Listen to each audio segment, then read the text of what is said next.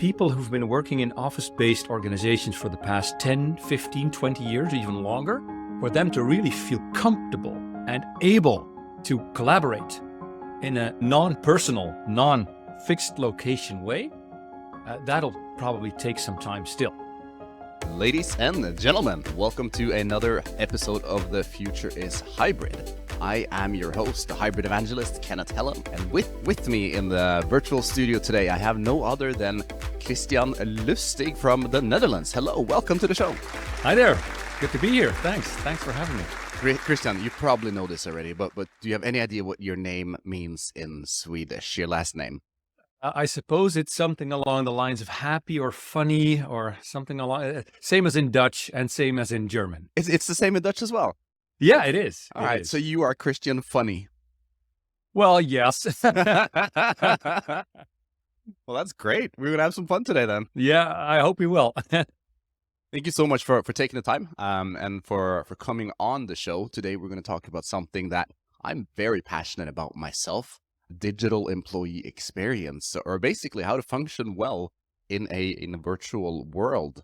Why is this an important topic to you, Christiaan?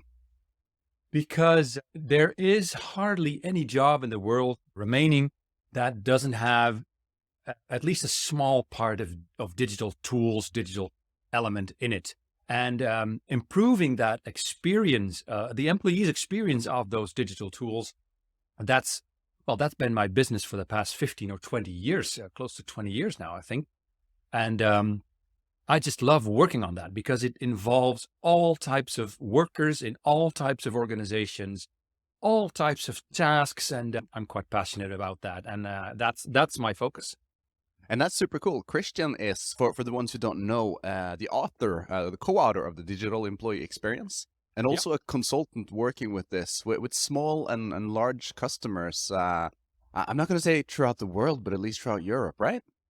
Yes, mostly organizations based in the Netherlands or Flanders, so in Belgium. But they tend to be, every once in a while, they tend to be international organizations as well. Tell me a little about this book. I've always wanted to write a book, and you already went off and did it.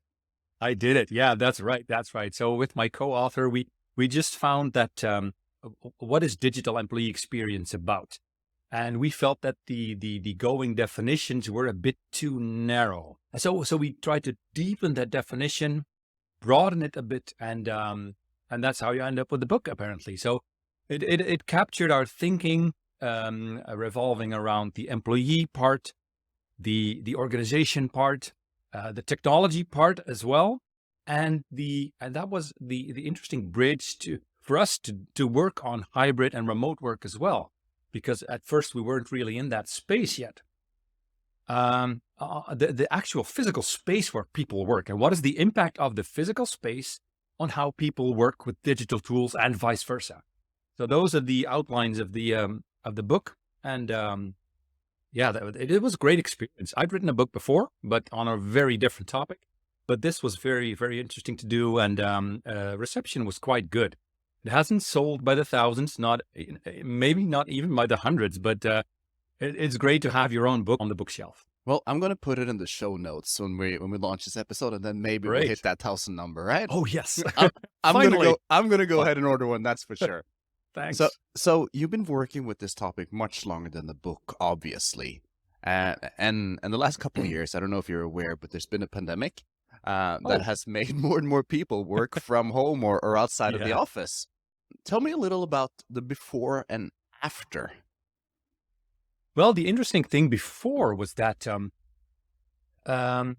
thinking about digital employee experience was, of course, mostly office-based, office workers, knowledge workers, no secrets there. And I think that the pandemic did two things. One, created a better emphasis on not just knowledge workers, other types of workers as well. And two, removed the office part out of the equation, at least in part. So I think that helped focus on the employee experience part more than just the digital part in the classical office work. So with your fixed cubicles and your fixed desktop machines and the ways of working that we were used to up until early 2020 and whatnot. But about the first thing I stated, the focus has been and sometimes still is often on knowledge workers, people working at desks or having a laptop to take under their arms and work wherever they want, towards a broader view on what types of workers do we have apart from office workers or knowledge workers, and how do they deal with digital information, digital comms, digital services in the organization. And I think because we were forced to think outside of the office box, so to speak, I think people opened their eyes to, well, there's more people than just the folks in the office. There's people driving trucks or in warehouses or in building sites or working with patients in their beds, et cetera, et cetera. So I want to come back to that second part because I think that's interesting. But before we go there, I want to double click and unpack a couple of concepts. Sure. Because you mentioned two things. First, you said digital, and then you said employee experience. Can you just kind of explain to the listeners what we're talking about? Yeah, I think that so digital employee experience, or DEX. First of all, I think the most used definition of it was by James Robertson. He coined it in 2018, and he says that digital employee experience is the sum total of the digital interactions within the work environment. So that was the rather narrow definition that I worked with also over the past few years, but that Tabitha and I felt there must be more to it. So we felt that great digital employee experience is indeed the sum total of all digital interactions, but where the needs and the expectations of employees come first. So DEX is not just about the digital element. It's not just about the experience element either. It's about the employee part. So DEX is about the employees' experience of the digital interaction. So it's about people. And if you look at the experience part, that could be a bit more subjective. So what are people encountering and undergoing and feeling when interacting with digital tools? That's more about the employee. And there's a bit more of an objective part. So what is the employee performing and obtaining and achieving? So that's a bit more towards the experience bit. So that's what I feel that digital employee experience is. Cool. And that experience part, or the employee, the people part you mentioned, that is, I think that one's key in this world that we're entering now, because we've always focused about employee experience in the office. I mean, Google was early with ping pong tables, and you could bring your dog and the free lunches and the sleeping pods. I've enjoyed all of the above, but that was very much of an in-office thing, right? Right. And I think now we're trying to figure out what is employee experience outside of the office. Yeah. That is a great statement. Not so much a question, I understand, but yeah, I feel that the emphasis has it was already moving away from almost always the office prior to the pandemic.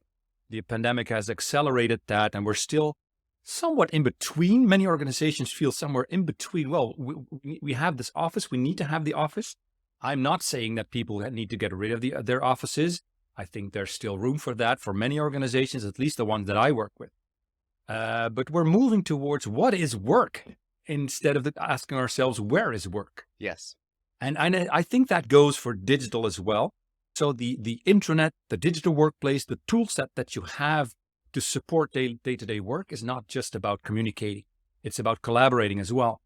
And so far, nothing new, but it's also about digital service. And I think that's the third part of the digital employee experience that could get some extra TLC. Let's take them one by one. Sure. Communication. That's your emails. That's your Slack, your chat, maybe your video calls, right? Yes. I tend to look at it from a bit more of an abstract perspective. So communicating, the act of communicating is something that you do during work. You need to communicate with your coworkers, with the boss, with the people in your team or whatever. And Slack and email and all those tools can be used to communicate. But those tools can also be used to collaborate in one way or another. So collaborating is also something that you do. And there's a thin line between the two, I think. So what's the difference? Especially these two. And I think the difference is communicating in organizations is often also used to mean top-down communications.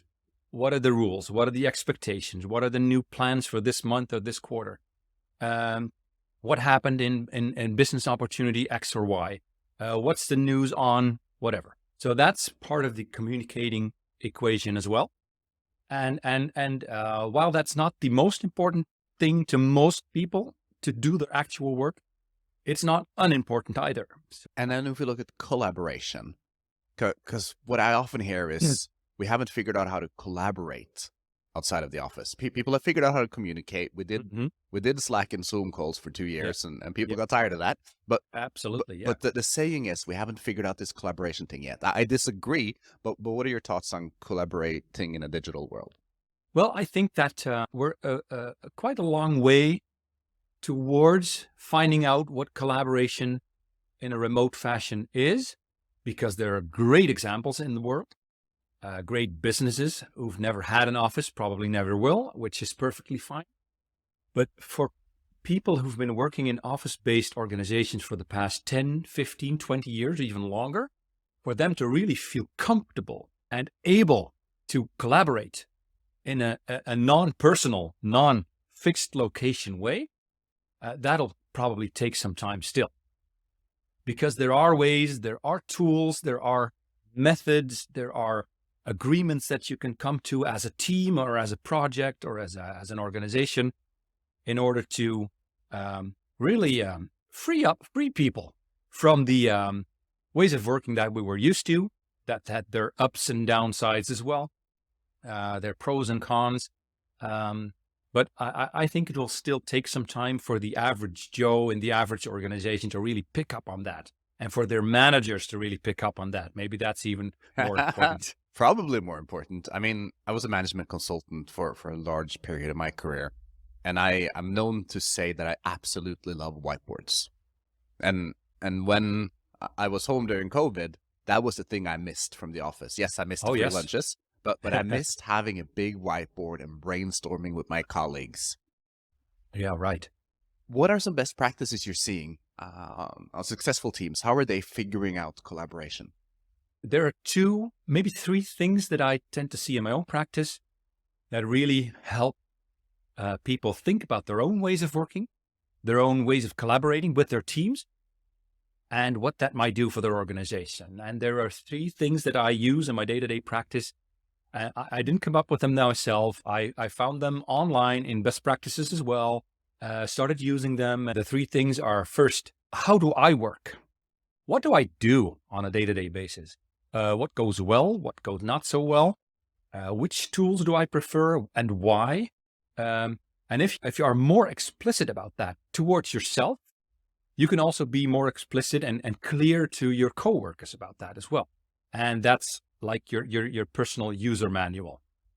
Tell me more about that. I love the concept of a user manual. I have one myself, but go ahead and share. What does that mean? I think what that means is if you many of the things you do in your day-to-day work, that's basically autopilot, you know. So you've come accustomed to using certain tools, going about your business in a certain way, doing things in a certain fashion, and if you look at that from a healthy distance, you can then make that more explicit, more concrete, write it down in one form or another, and really show. So this is how I work. This is how I work best. This is what triggers me in a negative way, perhaps. This is how I work in projects or in other fashions, etc. And if you write that down, if you share that with colleagues, you can help, and you do that vice versa. You can help each other to understand one another better, and you can help bridge the gap towards how do we collaborate with one another, because that's the second step that I then take. So if you have 15 people in a group and you have 15 user manuals, they're bound to be 15 different user manuals. Right. And but how do you then collaborate? You cannot build on 15 different personal preferences and collaborate. So you need to work with one another. But if you work with one another, defining how you want to collaborate in new ways than you were used to before, and you don't have anything to grasp on. So what's best for me? Right. It's bound to end up in endless discussions about this is my preferences and that's yours. But if you make that more explicit, write it down and talk to one another about that, and well, move a bit towards other people's preferences. So if this is your preference, I can live with that too. But this is very important to me, time-wise or tool-wise or whatever that may be. So you can work with one another and come up with, well, your group agreement, team contract, whatever you want to call that. So if anyone is interested in the concept of user manuals, put a ping in the comments section. Let me know, and I'm happy to share mine publicly so you can see an example of how I created my user manual. Great. Love that. Love that.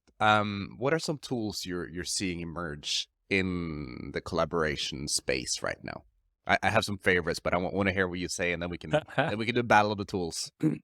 Yeah, the interesting thing is, and interesting, you can use that word in multiple ways, of course. I've had almost no clients in the past 3 or 4 years who did not have the Microsoft 365 suite. And that has its ups and downs and pluses and minuses again. So the tool set that I tend to use with my clients is Office 365 or Microsoft 365. And every once in a while, there's someone who has the Google suite. At least that's the case in the Netherlands and in Belgium.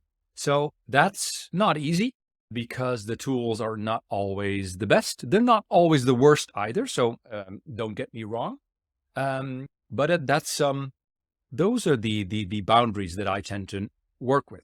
However, I feel that whichever tool you pick, the tool is not the end goal of the collaboration. It's a means to an end. So it's a tool.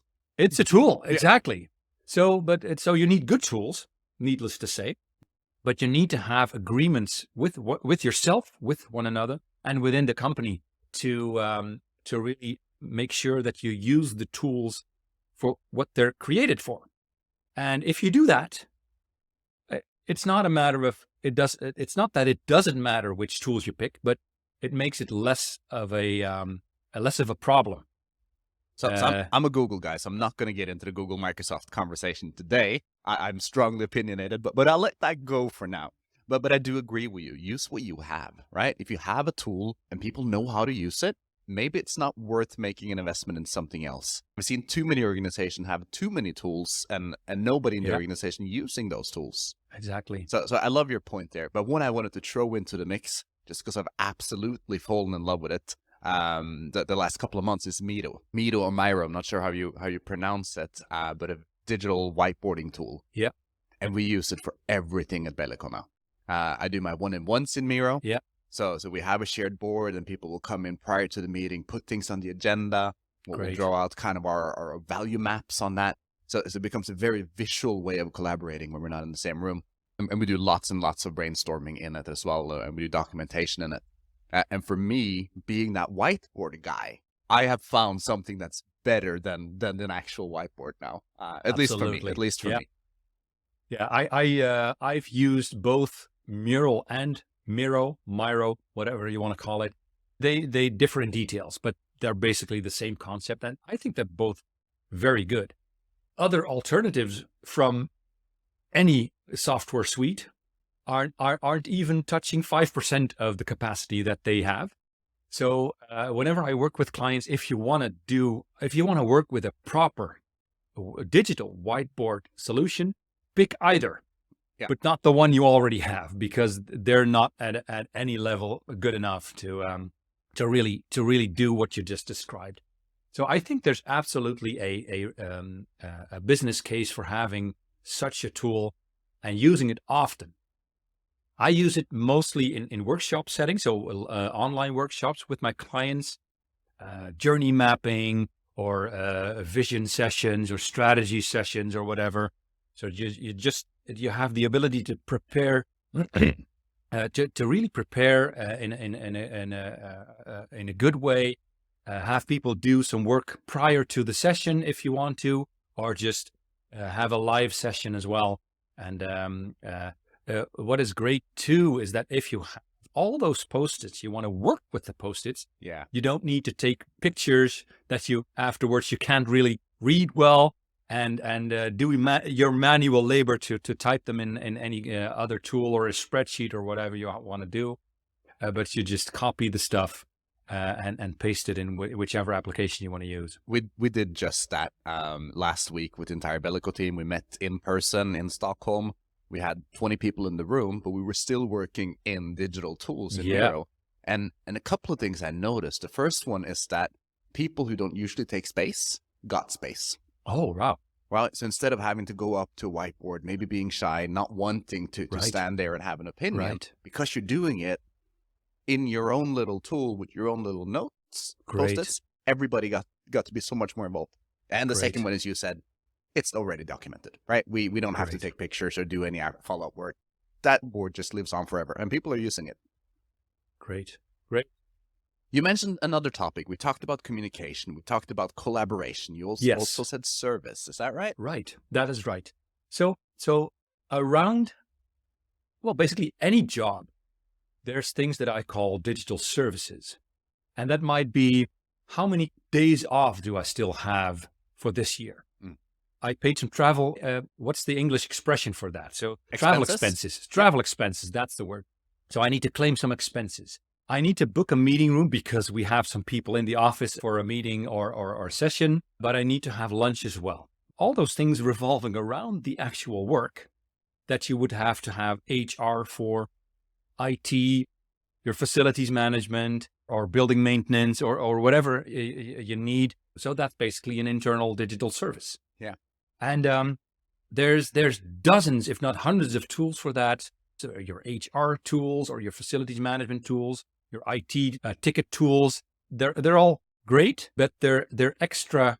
There's an extra threshold to go to that tool, perhaps log in, find the right page or right service that you need to have.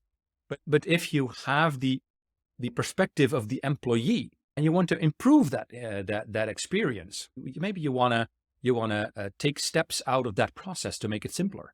For instance, move that to what you might call an intranet type of functionality instead of having it in your HR system behind the wall. So if you have the perspective of the employee's experience of any service, you have something to cling on to when you want to improve that. That last one also makes a lot of sense to me. From two perspectives. One, you talked about there are some cool tools now that make these processes easier. I'm going to give a shout out to Pleo. I am in no form connected with Pleo, but expense management has become fun, and it used to be a nightmare. So thank you. I appreciate that.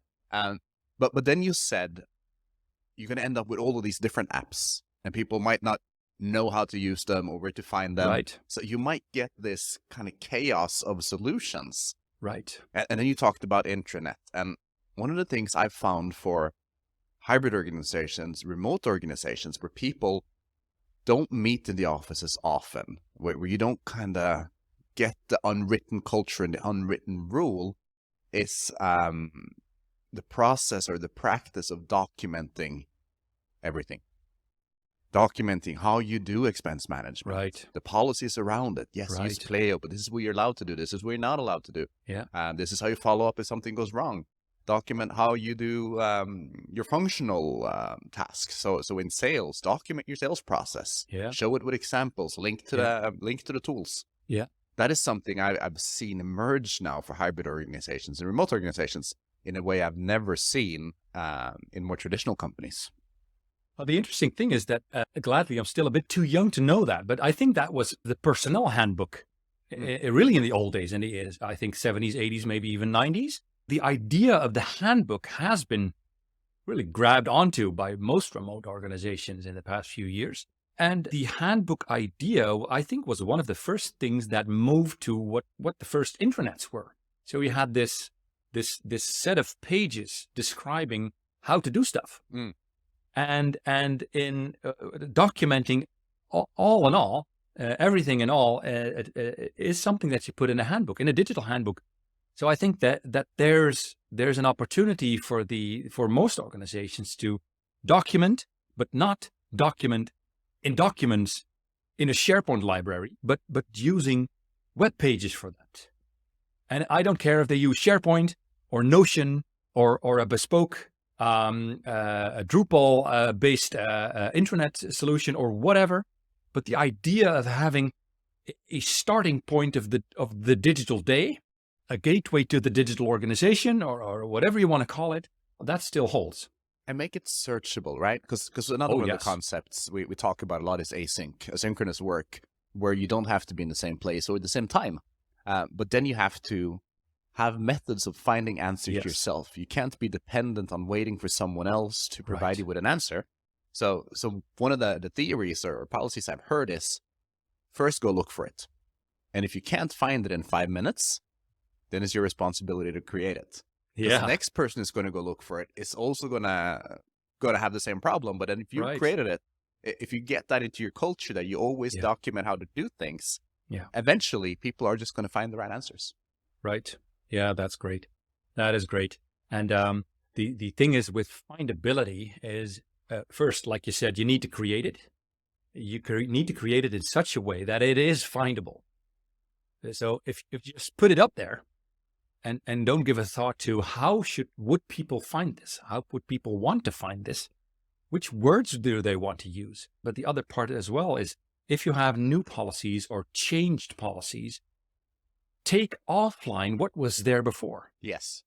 Because if you have 10 years worth of policies, and there's 10 versions of any given document of any given year, that's 100 documents around the same policy.